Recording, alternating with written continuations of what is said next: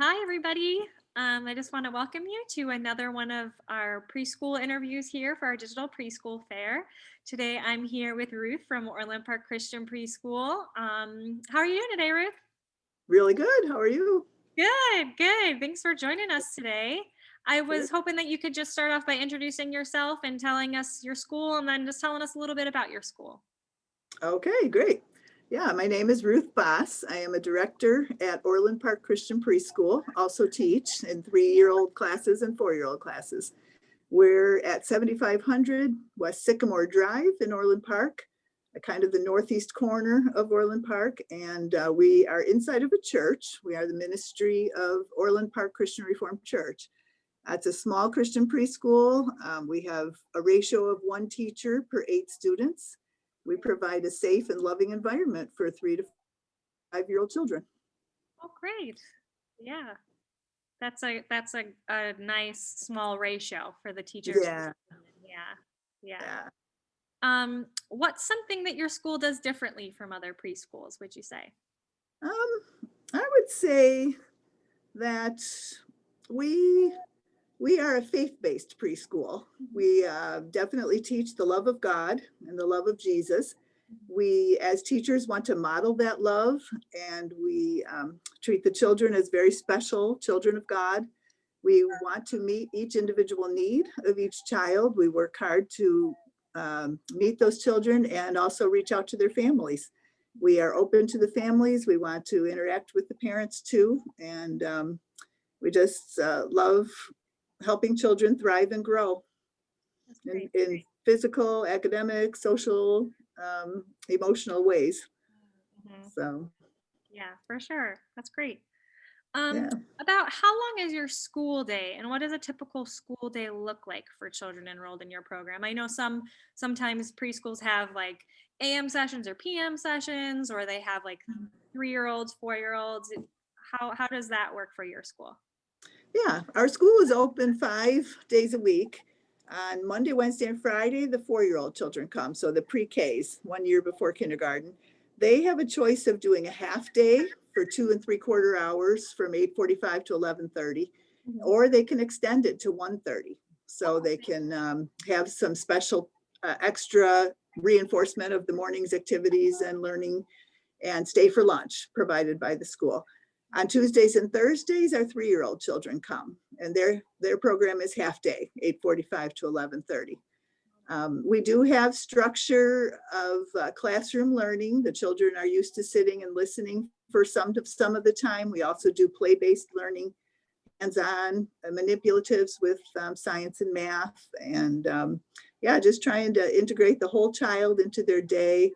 Very aware that children need to keep moving, that they need to be able to, um, have a lot of different changes throughout the day. They have some free play and some ways to interact with each other while they learn too.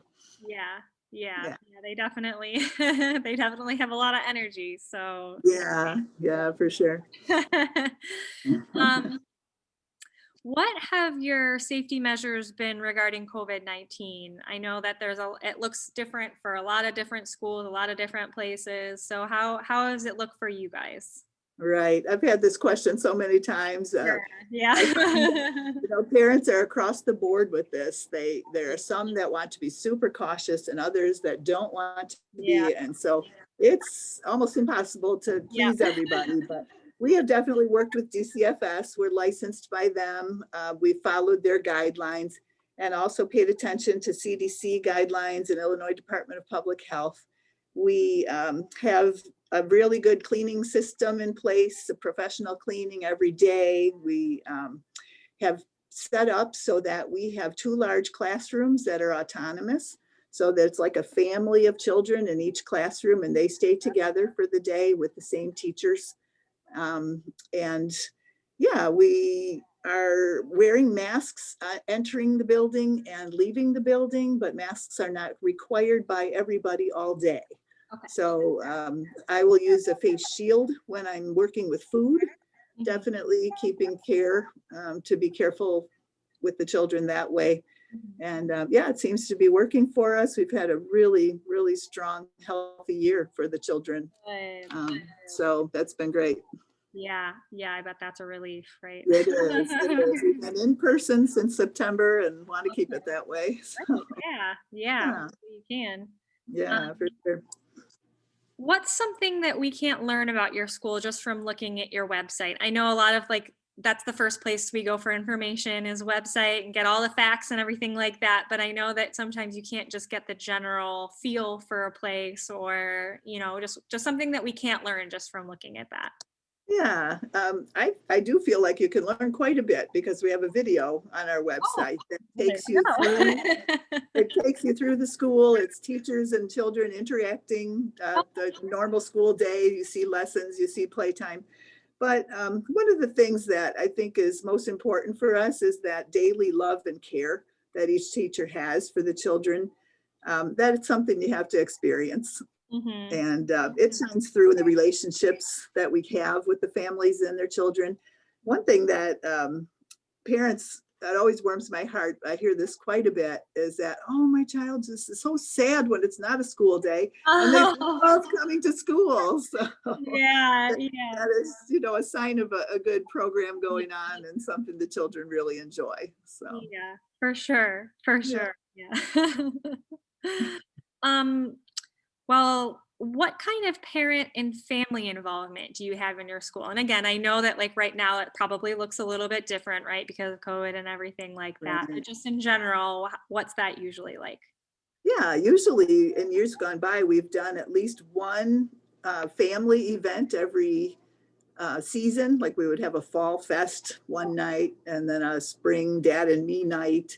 And we did a lot of holiday programs where the children learned a lot of songs and sang for the parents and grandparents. And we did Thanksgiving dinners together. And I know we had quite a lot of family involvement.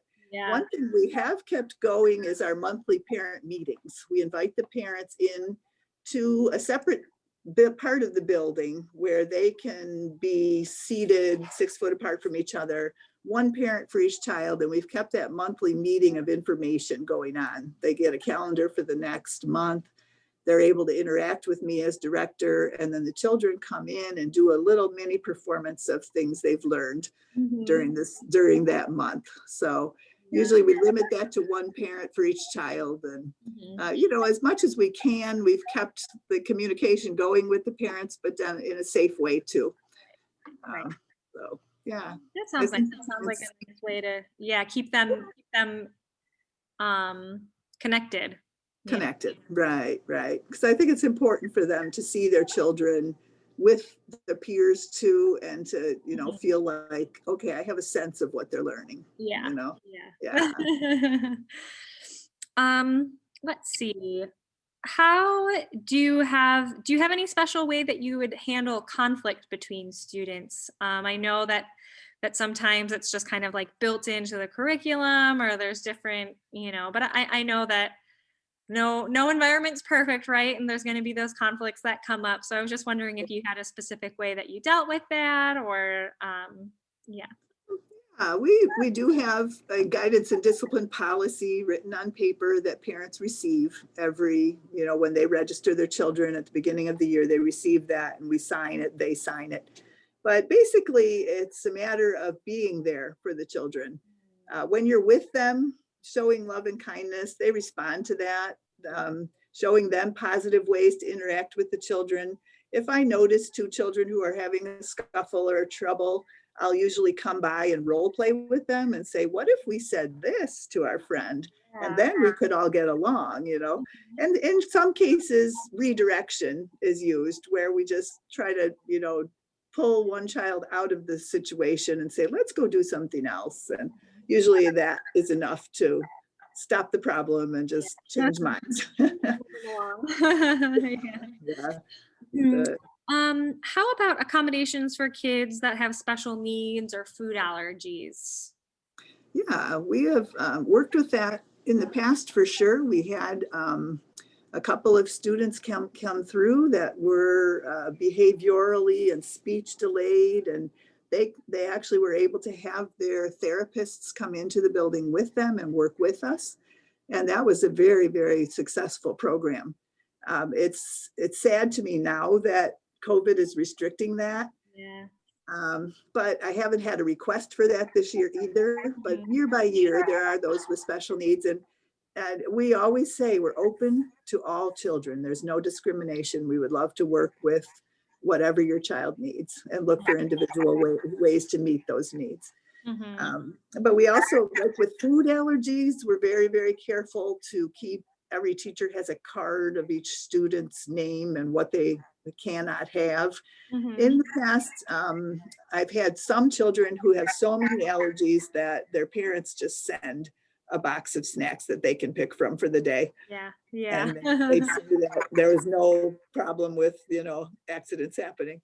So Mhm. we do keep some EpiPens on the premises and, have all of that recorded, and teachers are trained in CPR and use of those EpiPens too. Yeah. So, Yeah, that's great. works out well.